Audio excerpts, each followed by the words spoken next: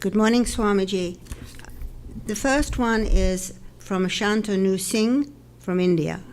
Swamiji, what is the nature of sorrow? Is it the masking of our true nature by the mind, a thought or set of thoughts? Is it simply the absence of bliss? That's a cheerful start.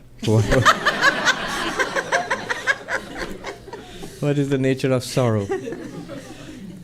But yes, this is the question which inspired the Buddha. He set off on his quest to find a solution to the problem of sorrow. Not for himself. He was a prince, he was having a party. But he recognized the universal nature of sorrow, that everybody suffers. And he too will one day suffer. So what is the solution? Is there a solution, deep solution to the problem of suffering, unhappiness, lack of fulfillment, sorrow, dukkha? Somebody told me, don't keep saying that there is suffering or sorrow, especially in today's world. In most cases, people living, especially in the first world, you might not have intense sorrow most of the time. But what is true is that we are dissatisfied. So, meaning of the word dukkha, the Sanskrit word dukkha is often translated as sorrow or unhappiness. This also can be that things are out of place, that things don't fit together. Our life is not whole. That much dissatisfaction, an existential angst. So, can there be an answer, a deep answer, which will solve all this? And the answer which the Buddha found, and not just the Buddha, all religions say this. All religions, without exception. They all claim that there is a deep answer to the problem of sorrow. The way they put it, the language they put it in, the theologies, they are different. But yes, so this is the common claim, that there is an answer to this question of sorrow, of suffering, of unhappiness. Vedanta also. It says the goal of Vedanta, what are we trying to achieve here? Traditionally, the way it is put is, samsara is, the nature of samsara is sorrow, and samsara is the cycle of birth and death, and then we have to free ourselves from this prison. It's a prison, cycle of birth and death. Or a simpler way of putting it, without loading it metaphysically with karma and reincarnation, can put it in more simply, more directly, is that there is sorrow, and there is a deep solution to the problem of sorrow. Complete cessation of sorrow and attainment of lasting, deep fulfillment. That's the goal of Vedanta. Atyantika dukkha nivritti paramananda prapti. All right. The question is, what is the nature of sorrow? And one beautiful analysis I found, and again, this is something that I'm just delivering to you in English, but I have read of it or heard of it in Hindi from monks. So an analysis of sorrow in 3 dimensions. Karana drishti, vastu drishti, sadhana drishti. Perspective of cause. One way of understanding sorrow is, what is it that causes sorrow? The second way of understanding sorrow is, the second perspective we take is, what is sorrow? This is the exact question. What exactly is it? What's it made of? What constitutes it? And third is, from the perspective of spiritual practice, what do we do about it? What does spirituality, different paths of spirituality, what do they say about it? So three dimensions I'm going to analyze, and this particular analysis, entirely in toto borrowing it from some writings which I had read from monks. First of all, the cause of sorrow. And this is very traditional in many schools of Hinduism, Buddhism also, Jainism also. The first is the cause of sorrow. What causes sorrow? And this we will analyze at 3 levels, each deeper than the earlier one. The first, preliminary, which you come across the moment you take up any of the ancient texts. Sorrow is caused by 3-fold factors, or 3 kinds of sorrow are there, caused by 3 factors. So, the adhidaivika, adhyatmika, adhibhautika. Natural causes. Sorrow is caused by nature, by cold or heat or earthquake. We had earthquakes. Somebody was telling me just yesterday that gentleman, his son was in Taiwan when the big earthquake hit. And he was talking about the devastating earthquake. And the gentleman who lives here in New York, he said, "Oh, we had an earthquake too." "What earthquake?" His son said. And when he described it, he said, "Oh, that's a baby earthquake. That's not." But that's natural sorrow, sorrow caused by nature, by the forces of nature. That is called Adi Daivika. Then Adi Bhautika, sorrow caused by other living beings. The traditional text will talk about snakes and tigers. We don't have too many snakes and tigers here, but anything from mosquitoes to the pesky neighbor to your boss, other living beings, human and other living beings around you who cause us sorrow, a big source of sorrow. And the third one is Adhyatmika, which this body-mind system, physical illness, very big source of sorrow. And mental suffering, even greater source of sorrow. So all of these, they all are causes of sorrow, threefold cause of sorrow. And by the way, that's why we say Shanti, peace, 3 times. Om Shanti, Shanti, Shanti. Peace 3 times for the praying for the cessation of these 3 kinds of sorrow. It's sort of traditional, stylistic way for praying for the end of sorrow, these three causes of sorrow. Just by the way, I remembered this little kid. Kids are so mischievous. One kid in the ashram in a school many, many years ago, when mobile phones had just come into vogue. So he was saying, "Swami, why do you all say Shanti 3 times? So I said, "There are 3 causes of sorrow and, blah, blah, blah. And that's why we say Shanti 3 times. And then he said, "You need to add a 4th Shanti." "What's the 4th Shanti?" "Mobile Shanti." To silence the mobiles. So that's the first look at the cause of sorrow. The second deeper analysis of the cause of sorrow is dukkhakara vritti, the movement in the mind, the thought in the mind of the nature of sorrow, the content of sorrow. What does that mean? It means, notice that all kinds of sorrow, whatever the sorrow is, natural, physical, other persons, whatever the sorrow is, it ultimately has to come in my mind as this kind of a thought that it's bad, it's awful, ain't it so bad? Ouch. So there has to be in the mind a movement, a feeling, a thought in the mind that it's bad. It makes me unhappy. This is miserable. This is awful. Then only it becomes sorrow. So any kind of sorrow, it first has to come into the mind, then only it affects me as sorrow. Do you get it? Yeah. So dukkhakara vritti, that's the cause of sorrow. The mind must take the form, it's so awful. That's why sometimes you see in the lives of saints, they might have a very hard life, but they don't seem to be unhappy. In the minds of ordinary folk, having a very nice life, and endlessly unhappy, endlessly things to complain about. Why? It's not really what's outside. It's here in the mind. There's this film about the great mathematician John Nash, Beautiful Mind, which depicts the sufferings caused by schizophrenia. So he's in a frenzy. He has so many problems. The government is spying on him, and things are going with all sorts of problems. Almost all of it, which was hallucination. Nothing outside. But is he suffering or not? Oh yes, very much. Why? Because it's being presented by the mind, and that's suffering. That's suffering. So ultimately, and not just him, all of us, when we say we are suffering, it comes from the mind. And the third level of analysis of the causality of sorrow, even deeper analysis. Let there be external causes. Let even the mind take the form. This is awful.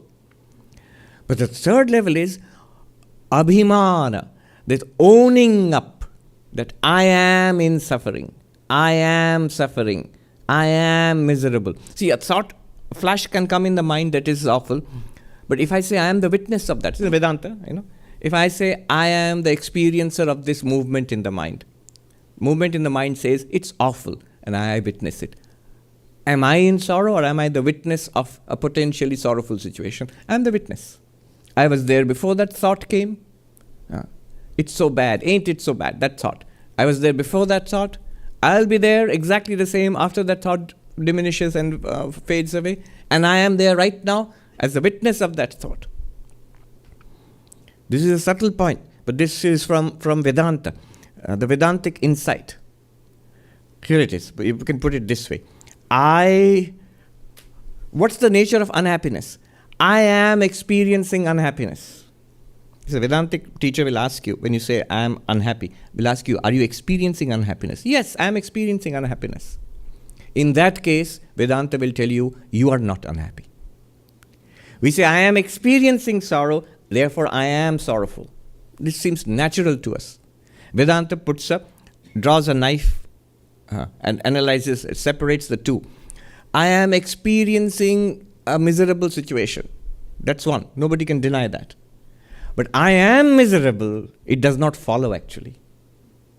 I, the witness consciousness, am illumining this particular thing in the mind. How does that make me, the awareness, miserable? Say, pain in the body, sharp pain. I am experiencing it. I am the awareness experiencing pain. How am I in pain?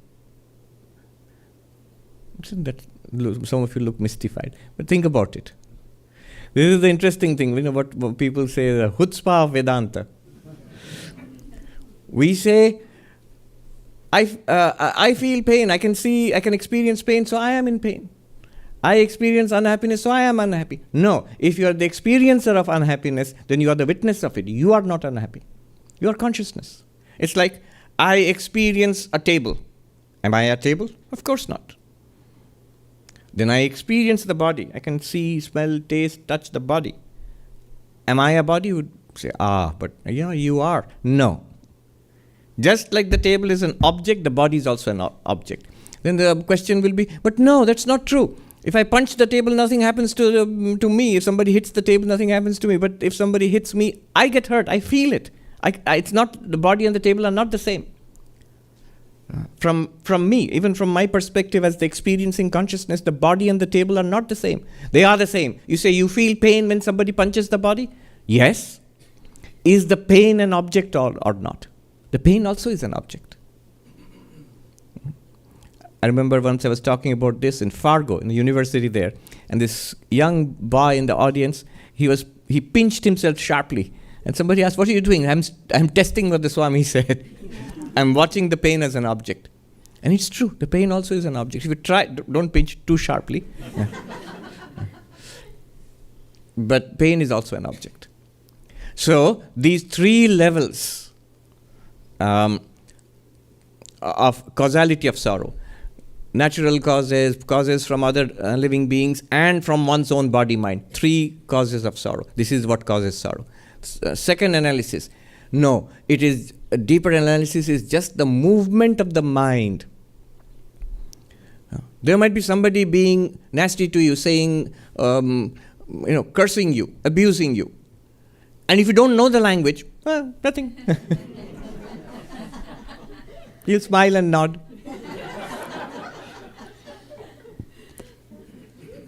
Why? Because the mental modification, vritti, dukkhakara vritti, the mental modification in the form of sorrow did not arise.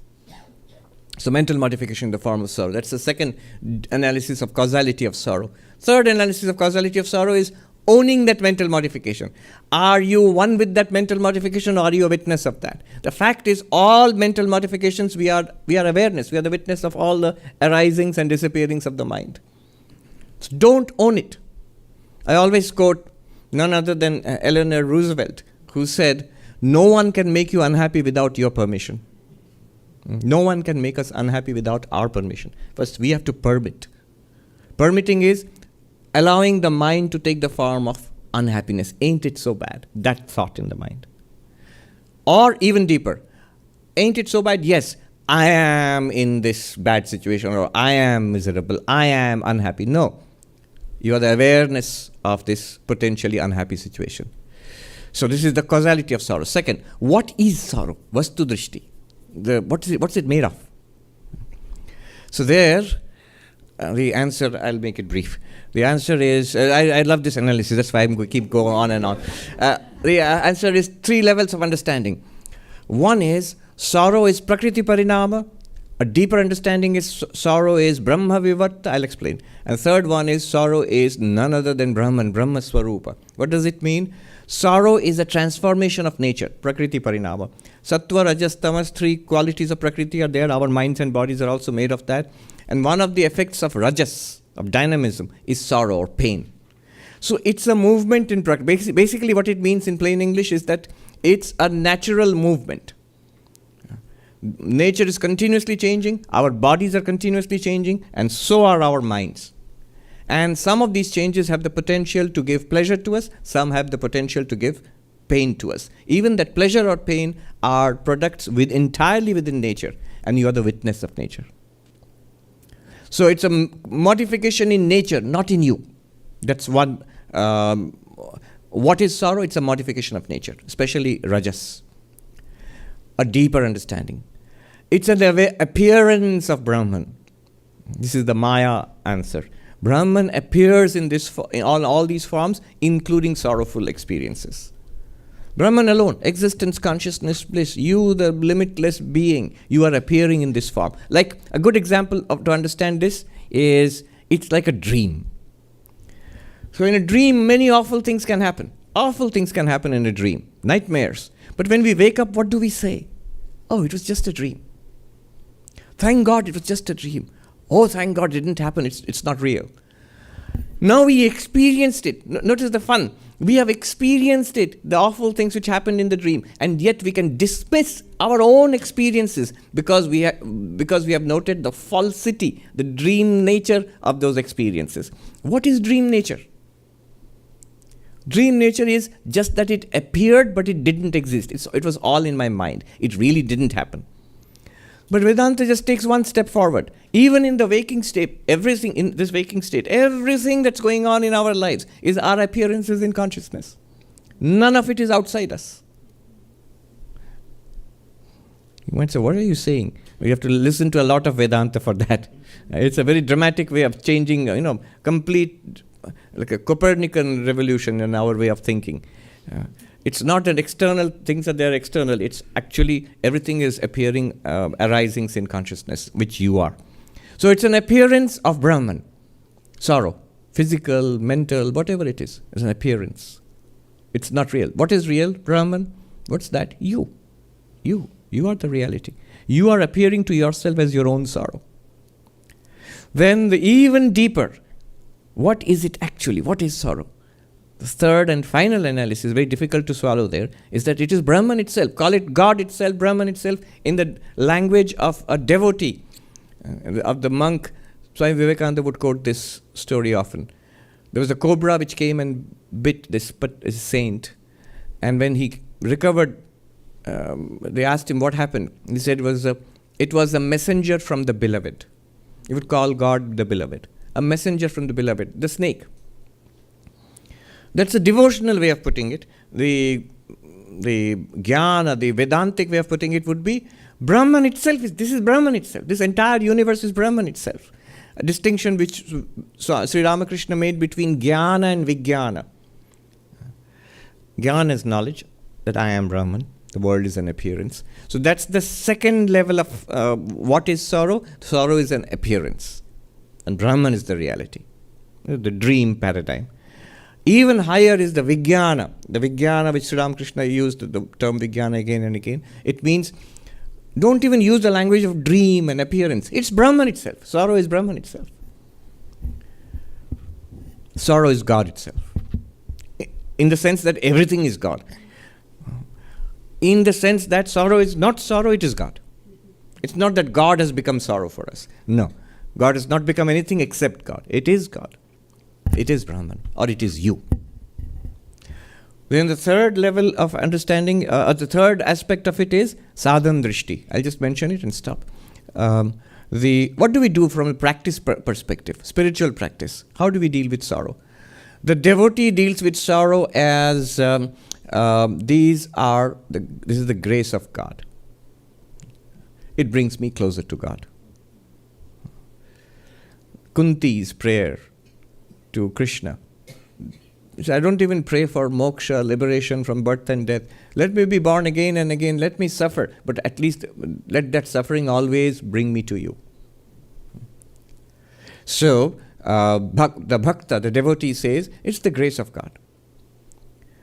The karma yogi will say, this is my bad karma. It's being exhausted by this. It's my own creation. It's fine. Good. All my bad karma is exhausted. Happiness is not so good because all my good karma is being spent there.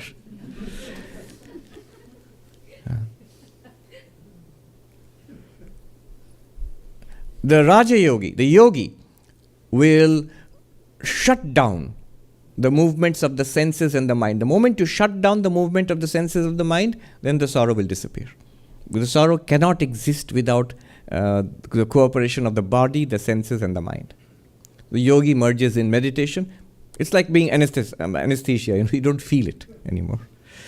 And the jnani says, from the jnani's perspective of Vedanta, Advaita Vedanta, they say sorrow is pragya aparadha, an offense against wisdom, against the knowledge that you are Brahman.